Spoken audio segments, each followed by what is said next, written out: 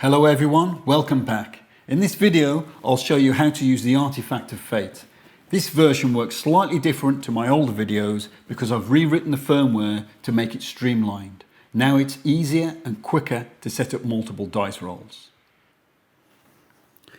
Okay, so if you look at the side of the artifact, you'll see there's a little charging port down here, and there's a tiny little button, and if we flick that forward, it'll turn the artifact on. Okay, so if we turn it on, you'll see the first thing it says is cal. That means calibrate. So there's these touch sensitive buttons here or plates. So basically you've got 2 coins and you've got this plaque which says tune into your fate, roll to find the answer. Now you can press these in any order and obviously you'll see the LEDs light up, and when it's gone off, it's calibrated. For the calibration, give them a good touch rather than just brushing against them. But they don't actually push down. They work on capacitive sensing, so if you want to get a bit geeky, it's based on electron charge transfer, which only requires a touch. Okay, so the next thing that you'll notice is that both the displays have gone blank, except for this tiny dot, which is on the modifier display. Okay, so you always add the modifier first. It's set up this way so you don't forget to add the modifier, particularly if you're working quickly. Okay, so to increase the modifier, you can use these 2 coins. This one increases and this one decreases. So let's put that to +4 modifier and select it by pressing the brass plaque. Now what you can see says 0D, which means 0 dice, and we're on the D6. Now I actually want to roll a D20, so I'm going to turn this knob to D20.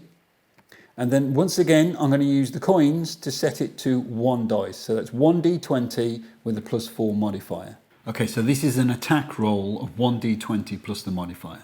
Okay, so roll, all you have to do is hold the plaque and you'll see that the artifact is generating all the possibilities of a d20 and it's automatically adding the d4. So I let go and we get 23. Now you can't actually roll 23 on a d20, quite obviously. I've actually rolled 19 and it's adding the modifier on. Okay, let's roll for damage now. I'm going to use an example from the last video. Now, if you want to see the whole of the last video, you can click on a link that's going to appear just up there. Okay, the first example is a level 11 Paladin with improved divine smite and a holy weapon. You will need to roll for damage. The Paladin is using a great sword, which has 2d6 of damage. Plus he is using improved divine smite, which is an additional 5d8.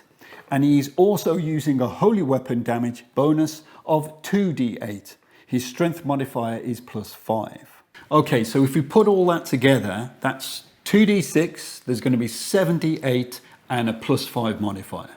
Okay, so to clear the last roll, we actually press both these coins. And you'll see that the little dot has appeared on the modifier again. So we actually want to roll a d6, but let's set the modifier first, because we always set that first. So that's +5, okay, and we accept that. And we're on d20, if we look in the porthole, we want to turn this to d6. So let's turn this down to d6, and we want to set 2d6. Now the next thing what we want to do is we want to set the d8. So we turn this to D8 and you'll notice we've got 0 D8s, okay?